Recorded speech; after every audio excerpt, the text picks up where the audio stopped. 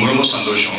இந்த பிஸி ஸ்கெடியூலில் மாறி சார் நீங்கள் வந்து ரொம்ப ரொம்ப சந்தோஷம். So thank you so much for coming sir. And முக்கியமாக 2 பேர் நிலாபாரதி அவர்களும் கவிமொழி அவங்களும் வந்து ரொம்ப ரொம்ப சந்தோஷம். யூபிஏ எக்ஸாம் பாஸ் பண்ணி ஃப்ளைங் கலர்ஸில் பாஸ் பண்ணி இன்னைக்கு டிஎன்ஏ ஆடியோ லான்ச் ரிலீஸ் பண்ணுறாங்க அப்படின்னும் போது நீங்கள் வந்து எங்களுக்கு பெருமை. So on behalf of whole team நான் நன்றி சொல்லிக்கிறேன். முக்கியமாக டிஎன்ஏ பற்றி நிறைய விஷயம் பேசணும்னு நினச்சேன். ஆனால் இங்கே மாரி சார் வந்துட்டு வேற ஒரு பாம்பு போட்டு போயிட்டாரு. சார் பரியரும் பெருமாள் பரதேசி முடிச்சுட்டு என்ன நடந்ததுன்னு தெரியல. நிறைய விஷயம் நடந்துட்டு இருந்தது. Too many things running on my head. But உங்களுக்கு நான் இன்னொன்று சொல்கிறேன் சார். லாஸ்ட் டெக்கேட்ல நான் பார்த்த ஒன் ஆஃப் த பெஸ்ட் ஃபிலிம்ஸில் பரியரும் பெருமாள் எனக்கு ரொம்ப ரொம்ப பிடிச்ச படம் சார். ஸோ நான் அந்த பரியரும் பெருமாள் மிஸ் பண்ணதில் எந்த ரிக்ரெட்ஸும் இல்லை. ஏன்னா கதிர் வந்து ரொம்ப ரொம்ப சூப்பராக பண்ணியிருந்தாரு. So I have no regrets. It's one of the best films அது. என் கூட சீக்கிரம் அடுத்த ஸ்கிரிப்ட் எல்லாம் சொல்லி நம்பிக்கை சார். ஸோ மற்றபடி டிஎன்ஏவை பொறுத்த வரைக்கும் வந்து என்கிட்ட நெல்சன் சார் கதை சொல்றதுக்கு முன்னாடியே அம்பேத்கர் எனக்கு ஃபோன்லேயே சொல்லிட்டாரு. அதெல்லாம் இந்த மாதிரி ஒரு பிரமாதமான கதையாக கேட்டேன். அப்படி ஒரு லைனை மட்டும் சொன்னாரு. ஓகே சார் அப்படின்னு சொன்னேன். பட் நான் டைட்டில் கேட்குறேன், என்ன டைட்டில் எதுவும் சொல்ல. நெல்சன் சார் அப்படின்னு சொன்னார். எனக்கு எக்ஸைட்டிங்காக இருந்தது. அவரோட படங்கள் பார்த்துருக்கேன். ரொம்ப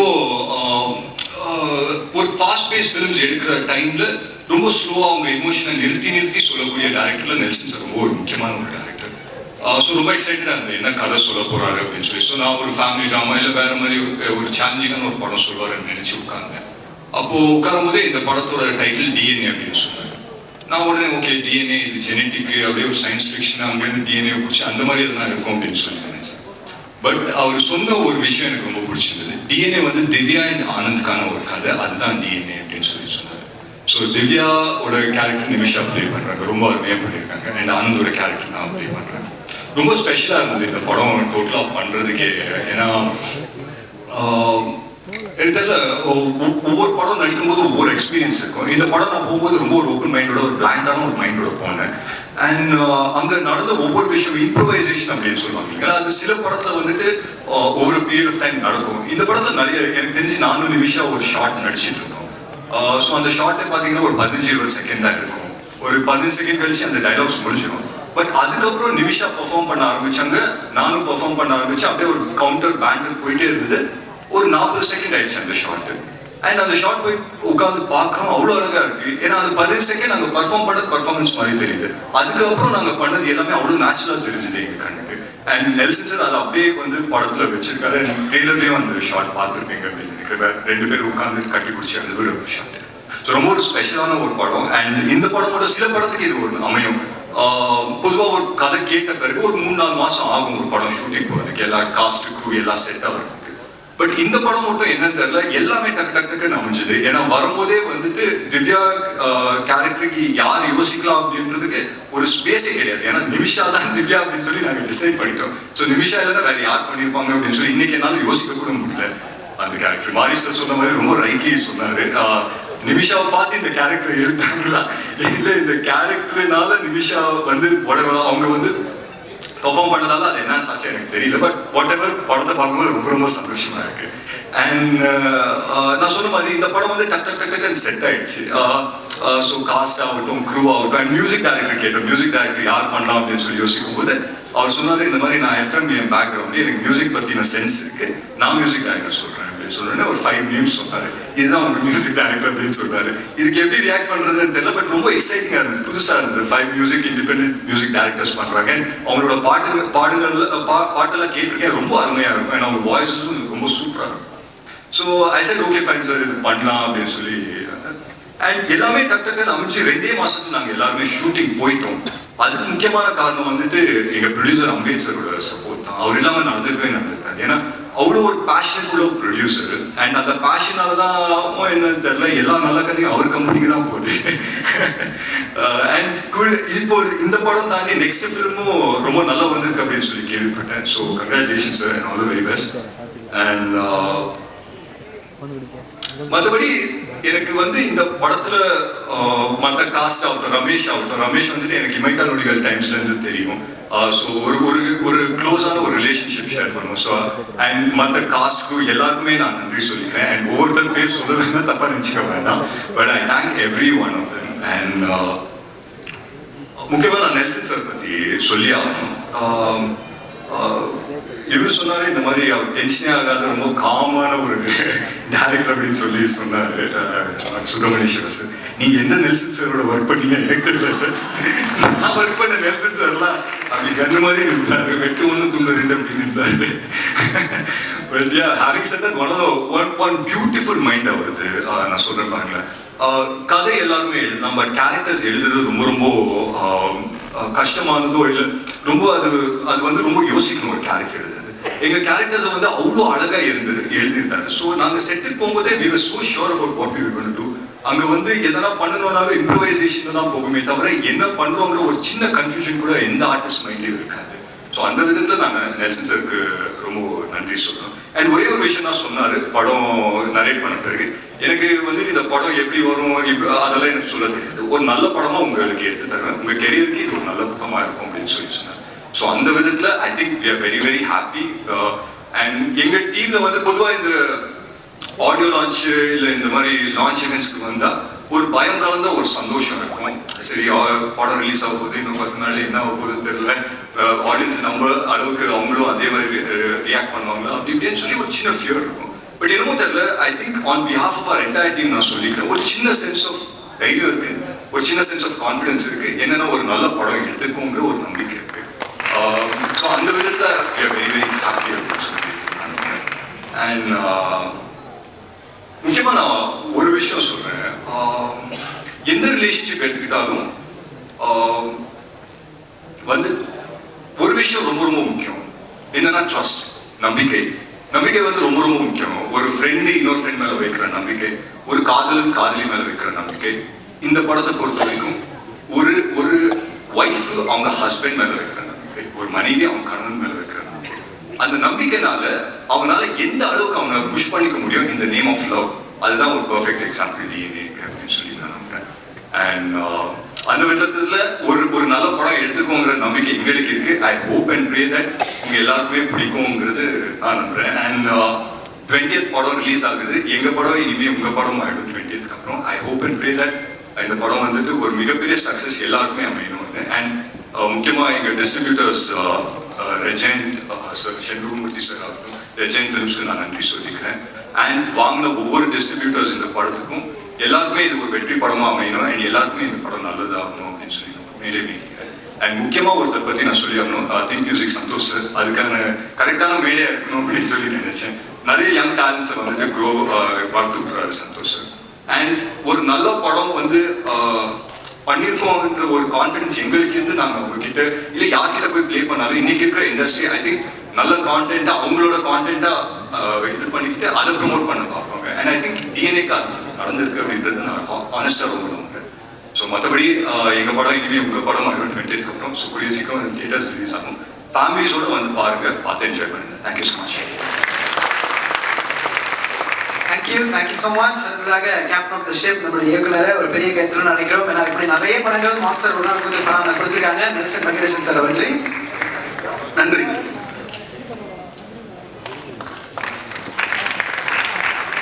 நெல்சனோட 4 படங்கள் எடுத்து பார்த்தீங்கன்னா ரொம்ப ஆச்சரியமா இருக்கும். என்ன ஆச்சரியமா இருக்கும்னா, அவரு கதை ரொம்ப கனமான கதைகளை எடுத்துக்குவார். நான் நிறைய நாள் யோசிச்சிருக்கேன், அவருக்கு வயசு தான் என்ன, ஏன் அழகு அந்த ஒரு நாள் கொடுத்து பார்க்கும்போது எனக்கு வந்து அப்போ வந்து அவர் கூட பழகின ஃப்ரெண்ட்ஸ்லாம் எனக்கு ஃப்ரெண்ட்ஸாக இருந்தாங்க. அவங்க எல்லாரும் நெல்சன் பேசும்போது ஒரு சின்ன பையன் மாதிரி நினச்சிட்டேன் நான். அப்போ இவர் சூஸ் பண்ணுற கதைகள் எல்லாமே வந்து மான்ஸ்டராக இருக்கட்டும், இல்லை வந்து ஃபர்கானாவாக இருக்கட்டும், ஒரு நாள் கொடுத்துலாம் ஃபர்ஸ்ட் படம் தொடங்கின விதமே வந்து ஒரு மெச்சூரான, இது என்ன சொல்றது, இது வந்து இப்போ உள்ள ஜென்ரேஷன் பார்ப்பாங்களா, இப்போ உள்ள ஜென்ரேஷன் கனெக்ட் ஆவாங்களா அப்படின்லாம் யோசிக்காம ஒரு சினிமாவை நேர்மையா அது நீ கனெக்ட் ஆகுது ஆகலை, எனக்கு ஒரு விஷயத்தை காட்டணும்னு தோணுது, அது எப்படி தான் தொடங்கணும்னு தோணுது, நான் அதோடைய தொடங்கணும். அந்த மாதிரியான மனிதர்களை இந்த மாதிரி விலகி நிற்கக்கூடிய அங்கங்க அவர் கதாபாத்திரத்தை ரொம்ப பிடிச்சது என்ன அப்படின்னா, எல்லாத்துக்கும் இன்டீரியரா ஒரு லைஃப் இருக்கும், எல்லா கேரக்டர்ஸ்க்கும் இன்டீரியரா ஒரு லைஃப் இருக்கும். வெளியே நம்ம எல்லாம் ஜாலியாக இருப்போம், ஆடுவோம், பாடுவோம், என்ன ஏதோ பண்ணுவோம், பொது புத்தி என்ன இருக்கோ பொது புத்தியோட கனெக்ட் ஆகி பொது புத்தியோட ட்ராவல் பண்ணிட்டு இருப்போம். பட் இந்தியனாக இருக்கிறத நம்ம வந்து பெருசாக எஸ்டாப்ளிஷ் பண்ண மாட்டோம். அது நமக்கு பிடித்தமான மனிதர்கள்ட்ட ஒரு கேர்ள் ஃப்ரெண்ட்கிட்டயோ இல்லை அவங்கள்ட்ட கூட நம்ம மறைக்க ட்ரை பண்ணுவோம். அவளுடைய 4 படத்துலையும் பார்த்தீங்கன்னா அந்த கேரக்டர்ஸ், அவளோட கேரக்டர்ஸ் இன்டீரியரான அவன் மனசுக்குள்ள இருக்கக்கூடிய அந்த மனசுக்குள்ள கேட்டுக்கிட்டே இருக்கக்கூடிய ஒரு பாட்டுக்கு அவன் ஆடி இருப்பாங்க, மனசுக்குள்ள கேட்டுக்கிட்டே இருக்கக்கூடிய ஒரு கேள்விக்கு அவன் பதில் பேச ஆரம்பிச்சிருப்பாங்க, மனசுக்குள்ள கேட்டுக்கிட்டே இருக்கக்கூடிய மனசுக்குள்ள வந்து வரைஞ்சிக்கிட்டே இருக்கக்கூடிய ஓவியத்தை வெளியே காட்ட ட்ரை பண்ணுவாங்க. இப்படியாப்பட்ட கேரக்டர்ஸ் அவர் கிரியேட் பண்றாரு. அது என்ன அப்படின்னா எங்க ஜெனரேஷன் டேரக்டர்ஸ் தான் நெல்சன். எங்க ஜெனரேஷன்ல அவர் தனியா இருக்காரு. நான் நினைக்கிறது அப்படிதான் நினைக்கிறேன். அவருக்கு ஒரு சோசியல் ரெஸ்பான்ஸ் இருக்கு, ஒரு சமூக பொறுப்பு இருக்கு. அதே நேரத்துல அத எல்லாத்துக்குள்ளேயும் நம்ம எல்லா தளத்திலையும் இயங்கக்கூடிய, அது ஐடியா இருக்கட்டும், ஐடி பீப்புளா இருக்கட்டும், அது எஃப்எம் மாதிரி ஒரு இதுவா இருக்கட்டும், வீட்டுக்குள்ள அடங்கி கிடக்கிற பொண்ணா இருக்கட்டும், அல்லது மான்ஸ்டர் மாதிரி அந்த எல்லாத்துக்கும் தனித்த அங்கங்கே விடுபட்ட தென்படக்கூடிய டக்குனு தென்படாத கேரக்டர்ஸ்களோட உள்ளுக்குள்ள இருக்க வாழ்க்கையை படம் முடிச்சு காட்டுறதுல எங்கேயாவது ஒரு மேலே கிடைக்காதா? ஏன்னா அவர் பெருசாக பேசுனது இல்லை. அவர் படம் பார்க்கவே எனக்கு தோணும், இந்த படம் வந்து அப்படியே ஒரு ஆற்றுல இலையத்துக்கு போட்டால் அது பார்த்து ஆவலாய் மெதுவாக போயிட்டு இருக்குல்ல, அந்த மாதிரி எந்த சலனமும் இல்லாமல், எந்த ஒரு பெரிய ஆர்ப்பாட்டமும் இல்லாமல் நீங்கள் ஒரு நாவல் படிக்கிற மாதிரியான உணர்வுகளை தரக்கூடிய படங்கள் இருக்கக்கூடியது தான் நெல்சன். நீங்கள் மான்ஸ்டரில் பார்த்தீங்கன்னா எப்படியான காமெடி பண்ணலாம், ஆனால் அதுலேயும் சென்சிட்டிவான காமெடிஸ் தான் பண்ணியிருப்பாரு. அதை வச்சுக்கிட்டு கோக்குமாக்கெல்லாம் பண்ணியிருக்க மாட்டார். இது ஏதாவது ஒரு ஸ்டேஜ் கிடைக்காதுன்னு நான் ஏங்கிருக்கேன் அவர்கிட்ட டிஸ்கஸ் பண்ணுறதுக்கு, அவர் பேசுறதுக்கு. ஏன்னா இந்த தலை ரொம்ப முக்கியமானது. அப்படி நீங்கள் இது பார்க்கும்போது எனக்கு வந்து அந்த கதையை வந்து சூஸ் பண்ணதும், இந்த கதையை படம் பண்ணணும்னு சூஸ் பண்ணதும், அவரோட அந்த பயோபிக் அவரோட சினிமாகிராஃபியில் பார்க்கும்போது எனக்கு தெரியுது அவர் இந்த மாதிரி தான் சூஸ் பண்ணுறாரு. நினச்சி பார்த்தா அவருக்கு ஒரு சினிமா அறிவு இருக்கு, சினிமா வட்டம் இருக்கு.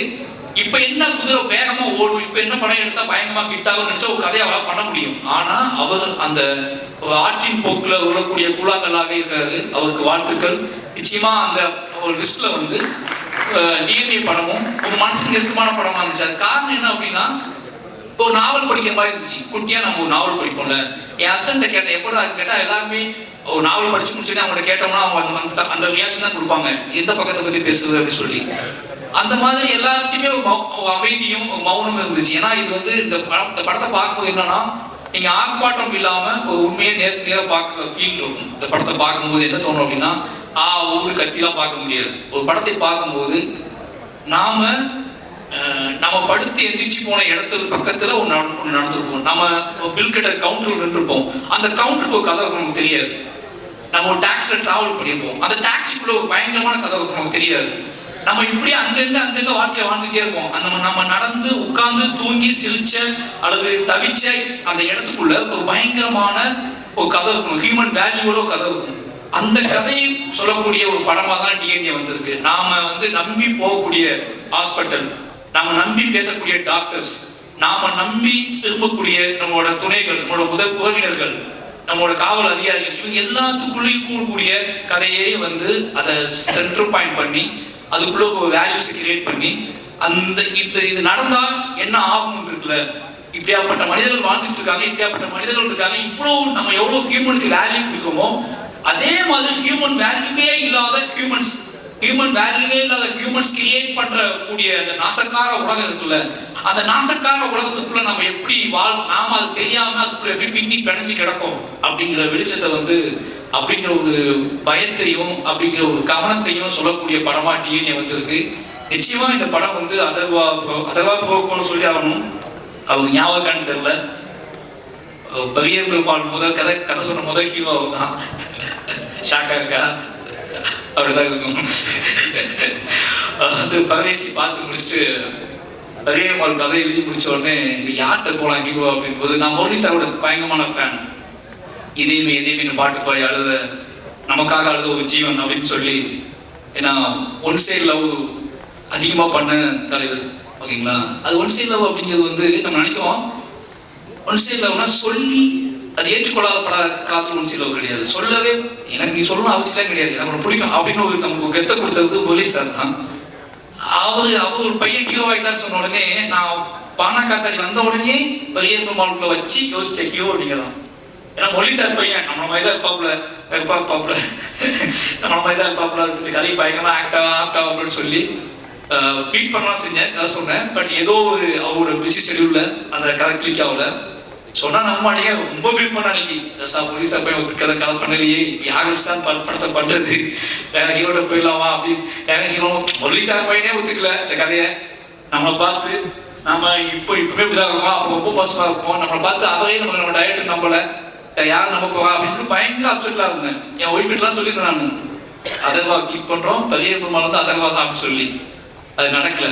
பட் எனக்கு தெரியும் ஒரு நாள் அவர்கிட்ட நான் ஞாபகப்படுத்தி சொல்லுவேன், இந்த பெரிய பெருமாள் அதுக்கான சந்திப்பே நடக்கல 2 பேத்துக்கும். ரொம்ப நாள் கழிச்சு இருந்தீங்கன்னா நம்ம சந்திக்கணும்னு நினைக்கிறேன். அன்னைக்கு அப்புறம் எங்கேயாவது கிராஸ் பண்ணியிருப்போம். பட் ஆனால் பக்கத்தில் உட்காந்து எமோஷனலான ஒரு சந்திப்பு நடந்ததுன்னா இன்னைக்கு தான் நடந்திருக்கு. கிட்டத்தட்ட 7 வருஷம் ஆச்சு. அப்பவே இருந்து அவர் மேல ஒரு பார்வை இருந்திருக்கு. அந்த பார்வையின் அடிப்படையில் நிச்சயமா அவர் என்ன சொல்றதுன்னா, இன்னும் உயரம் போகக்கூடிய ஒரு நடிகர் தான். இன்னும் உயரம் போகக்கூடிய, உயரமா இருக்கிறனாலே கொஞ்சம் ஸ்லோவா போகிறான்னு எனக்கு தெரியல. இன்னும் உயரமா போகக்கூடிய நடிகர் தான். அவளுக்கான கெப்பாசிட்டி வந்து உடம்பு ஆற்றல், அதுக்குள்ள ஒரு வேகம் எல்லாமே இருக்கு. டிஎன்ஏ நிச்சயமா அவருக்கு ஒரு முக்கியமான படமா இருக்கு நம்புறேன். வாழ்த்துக்கள். அப்போ படத்தின் கதாநாயகிகள் 2 பேருமே நல்லா நடிச்சிருக்காங்க. அவங்களுக்கு வாழ்த்துக்கள். நிமிஷா நான் சொல்லிட்டு அவங்களை பற்றி முதல்ல நான் உண்மையாகவே உங்களுக்கு ஒரு ஃபேன் தமிழ்நாட்டில் இருக்காங்க. ஒரு ஹீரோயினுக்கு ஃபேன் உருவாகுது வந்து இதெல்லாம் நினச்சிட்டு இருக்க மாதிரி கிடையாது. அவங்க கொடுக்குற சித்திரம் இருக்குல்ல, வீட்டுக்கு போனதுக்கப்புறமும் நமக்கு அந்த பொண்ணோட உருவம் வந்து அகம் சொல்லுது. நான் சரிங்களா, அந்த கண்ணுக்குள்ள தென்பட்ட ஏதோ ஒரு வெளிச்சமோ நம்ம வீட்டுக்கு போனதுக்கு அப்புறம் கூட நமக்கு தென்பட்டுட்டே இருந்துச்சு. நம்ம அந்த ஹீரோயினை தான் மனசுக்குள்ள நினைக்கிறோம். ஓகேங்களா, அந்த கேரக்டர் தான் நம்ம மனசுக்குள்ள நினைக்கிறோம். நான் நீங்க நம்ப மாட்டீங்க, நானும் இதே அசிஸ்டன்ட்ல சொல்லியிருக்கேன். எந்த மாதிரி பொண்ணு வேணும் அப்படின்னு கேட்கும்போது நிமிஷா இருக்காங்களா அவங்க மாதிரி. ஆனால் உங்கள்கிட்ட நான் வந்தது இல்லை. ஆனால் என் அசிஸ்டன்ட் அடிக்கடி சொல்றது வந்து நிமிஷா இருக்காங்களா அவங்க மாதிரி பொண்ணு தான் பெட்டரா இருக்கும்டா இப்படி சொல்லியிருக்கேன் நான். அப்படி சொல்லக்கூடிய இந்த மனிதர்களோட இயல்பான மனிதர்களுக்குள்ளே டக்குன்னு தென்படக்கூடிய ஒரு உருவமா நீங்க இருக்கீங்க. ரொம்ப தூரத்துல இல்லை, எங்களுக்குள்ளே புழங்கிக்கிட்டு இருக்கக்கூடிய ஒரு முகம், அதுக்கான திறன் எல்லாமே உங்கள்கிட்ட இருக்கு. வாழ்த்துக்கள். நீங்க இன்னும் நிறைய படம் பண்ணதுக்கு வாழ்த்துக்கள். அப்புறம் தலைவர் நம்ம அம்பேத்கர் வந்து ரொம்ப பெருமையா இருக்கு. எனக்கு ரொம்ப ஆச்சரியமா இருக்கு. என்ன சொல்றதுன்னா 10 படம் எல்லாம் லிஸ்ட் சொல்லிட்டு இருந்தாரு. எனக்கு ஷாக் ஆயிடுச்சு, இவ்வளவு படமா அப்படின்னு சொல்லி. ஏன்னா என்னோட ஒய்ஃப் சொல்லுவாங்க, நீ அரசியல் பேசுறது, சினிமாவில் பேசு, இது பண்ணு, எழுதுதான் ஓகே, பட் ஆனால் அரசியல்வாதி மாதிரி யோசிச்சிடாத அப்படிம்பாங்க. அரசியல் மாதிரி யோசிச்சு ஏதாவது மேடையில் கைப்பற்றியாத, மேடையில் பேசிடாத. அந்த அரசியல்வாதி தன்மை வந்துடுச்சு அப்படின்னா உங்களால் சினிமாவுக்குள்ள கிரியேட்டிவிட்டி நீ இழந்துடுவ அப்படின்னு சொல்லிக்கிட்டே இருப்பாங்க. உனக்குள்ள இருக்கிற வாழ்க்கை, இந்த வாழ்க்கைக்குள்ள ஒரு அரசியல் இருக்கு. அந்த அரசியல் உன்னோட கலைத்தன்மையை, கலை ஒரு ஆங்காரம் இருக்கு, அந்த ஆங்காரத்துக்குள்ள நீ வேலை செஞ்சுட்டு இருக்கு. ஆனால் அரசியல்வாதி கிட்ட அந்த ஆங்காரம் இருக்குமான்னு தெரியாது. ஏன்னா ஒரு மேடை, அது மக்களை, மெயின் ஸ்ட்ரீம் மக்களை நோக்கி கவரக்கூடிய, மெயின் ஸ்ட்ரீம் மக்களை கவரக்கூடிய மட்டும் கிடையாது, மெயின் ஸ்ட்ரீம் மக்களை தனக்கான ஆட்களாவே மாற்றக்கூடிய அரசியல்வாதி பாயிண்ட் ஆஃப். தனக்கான மக்களை மாற்றக்கூடியது கிடையாது கலை. இந்த மக்களை சமூகத்துக்கான மக்களை மாற்றக்கூடியதான் கலை. அப்போ அரசியல்வாதியா மாற சினிமா போயிடும்போது ஒரு அரசியல்வாதியா வந்து 10 படம் பண்ணியிருக்காரு. இந்த 10 படமும் நல்ல நல்ல படங்கள் பண்ணியிருக்காரு. அவர் சொன்ன லிஸ்டே நான் நேற்று தான் கேட்டேன். எனக்கு கல்வெத்தி முகம் உங்க படம் தெரியாது, எனக்கு அதுவே ஆச்சரியமா இருந்துச்சு. அப்போ ஜிப்சி, மணமுத்தி பழி எல்லாம் பண்ணியிருக்காரு. மணமுத்தி பழி பண்ணியிருக்காரு, ஜிப்சி பண்ணியிருக்காரு, கல்வெத்தி முகன் பண்ணியிருக்காரு, டாடா பண்ணியிருக்காரு. இன்னைக்கு எல்லாருமே நல்ல டைரக்டரா இருக்காங்க. ராஜ்முகனை வந்து ஜிப்சி பண்ணதுக்கு அப்புறம் அந்த மாதிரி ஒரு கான்செப்டை அவ்வளோ ஆர்டிஸ்டிக்கா எடுத்திருப்பாங்க. அந்த படத்தை, அந்த படம் எடுத்துட்டு இருப்பாங்க. அந்த படத்தை இன்னும் செலிப்ரேட் பண்றாரு, அந்த படத்தை கொண்டாடுறாரு. அது ஏன் படம் ஜிப்சி ப்ரொடியூசர் நான் சொல்றாரு. இந்த கெத்துனா இருக்குல்ல, இது ரொம்ப நல்ல விஷயம் சினிமாவுக்கு. ஒரு ப்ரொடியூசர் அரசியல் தன்மையோடு இருந்து சினிமாவை புரிஞ்சுக்கிட்டு நம்ம பேசும்போது நமக்கு ஆச்சரியமா இருக்கு. அரசியலை ஒதுக்கிட்டு சினிமா பேசுறதுன்னு சொல்லி பழகுறாங்கல்ல, அது ரொம்ப பயமா இருக்கு. ஏன்னா நமக்கு நல்லாவே தெரியும், சினிமாவில் முடிச்சிருக்க அரசியல் தான் போக்குவாங்க. ஆனா இப்ப தொடக்கத்தில் நம்ம என்ன சொல்லுவாங்கன்னா, அரசியல் மட்டும் வேணா தலைவா இருக்கும் பேசும்போது ஆச்சரியமா இருக்கும். அப்படி பேசின ஆட்கள் எல்லாருமே இங்க அரசியல் தான் போறாங்க. அப்போ அரசியல் இல்லாம இந்த வாழ்க்கை இல்லைன்னு நமக்கு நல்லாவே தெரியும். அப்போ இந்த சினிமாக்குள்ள பேசும்போது மட்டும் கொஞ்சம் அப்படியே இடனா இருந்து பேசுவாங்க. ஆனா ஒரு எம்எல்ஏ மக்களோட புழங்கிட்டு இருக்க ஒருத்தர் கிட்டத்தட்ட 10 வருஷம் எம்எல்ஏவான 10 வருஷம் எம்எல்ஏ துணிஞ்சு நம்புவாரு, அடுத்தது போய் எம்எல்ஏ தான். அவர் வந்து படங்கள் எடுக்கிறாரு. யோசிச்சு பார்க்கும்போது டிஎன்ஏ கதையை நேர்த்தே எனக்கு சொல்லிட்டாரு, இந்த படம் நல்ல படம் தம்பி அப்படின்னாரு. நீ பார்த்துட்டு சொல்லிட்டு கூட அவர் சொல்றாரு. நீ பார்த்துட்டு தம்பி கூட சொல்ல, தம்பி நல்ல படம் நீ பார்த்துரு அப்படின்னாரு. அந்த தன் படத்தின் மீது ஒரு ஆங்காரமான நம்பிக்கையும் அதை பார்த்துருன்னா அப்படின்னு சொல்றது இது இருக்குல்ல, அந்த கெத்து இருக்குல்ல, எடுத்துருக்கோம் அதை பார்த்துட்டு சொல்லேன் அப்படிலாம் சொல்லாது. நான் நல்ல படம் எடுத்துருக்கேன், அந்த படத்துக்கு மட்டும் இல்லை இன்னும் முடிவாத படத்துக்குலாம் அவர் சொல்றாரு. ஒய்ஃப்னோட படம் படிக்கிற தம்பி செம்ம படம், அவன் எழுதி வச்சுக்கோ நல்லா பெரிய டைரக்டர் ஆவான்னு சொல்றாரு. அப்போ டாடா டைரக்டர் சொல்றாரு, அவன் என்ன அவன் எங்கேயோ போய் மாட்டிக்கிட்டான், நான் தான் டைரக்டர் ஆகினேன், அவன் கூப்பிட்டு அடுத்த படம் ரெடி பண்ணணும்னு சொல்லி எல்லாத்தையும் பத்தி பேசிட்டு இருக்க ஆளா இருக்கு. அப்படியே நம்மளே பிடிச்சதாப்புல நீ எப்போ சொல்ல அப்படிங்க. நான் சொன்ன போச்சு உள்ள வச்சு கூட்டிட்டாங்க, சாவி யார் வச்சுக்கானே தெரியலன்னு சொல்லிட்டேன். என்னோட சாவி யார் வச்சுக்கானே தெரியல, உள்ள வச்சு கூட்டிட்டாங்க, நான் உள்ள இருந்தே படம் பண்ணிட்டு இருக்கேன் அப்படின்னு சொல்லிட்டேன். அதனால இந்த மாதிரி ப்ரொடியூசர்ஸ் கிடைக்கிறது பெரிய விஷயம். சூப்பர்ண்ணே, ரொம்ப நன்றி. ஏன்னா இந்த டீம் பார்த்தீங்கன்னா நம்ம எந்த ஃபங்க்ஷனுக்கு போனாலும் ஏதோ ஃபங்க்ஷனுக்கு போக நம்ம படம் கிடையாது அப்படின்னு போவோம். அந்த ஃபங்க்ஷனுக்கு போய் உட்காந்துக்க தான் தெரியும், உட்காந்துக்கவங்க ஃபுல்லாக நமக்கு ரொம்ப நெருக்கமானவங்களாக இருப்பாங்க. அப்படி இந்த மேடையில் ஃபுல்லாக பாலசக்தி ஒன்று இருக்காது. ஆனால் செம்ம அடிச்சிருக்கீங்க.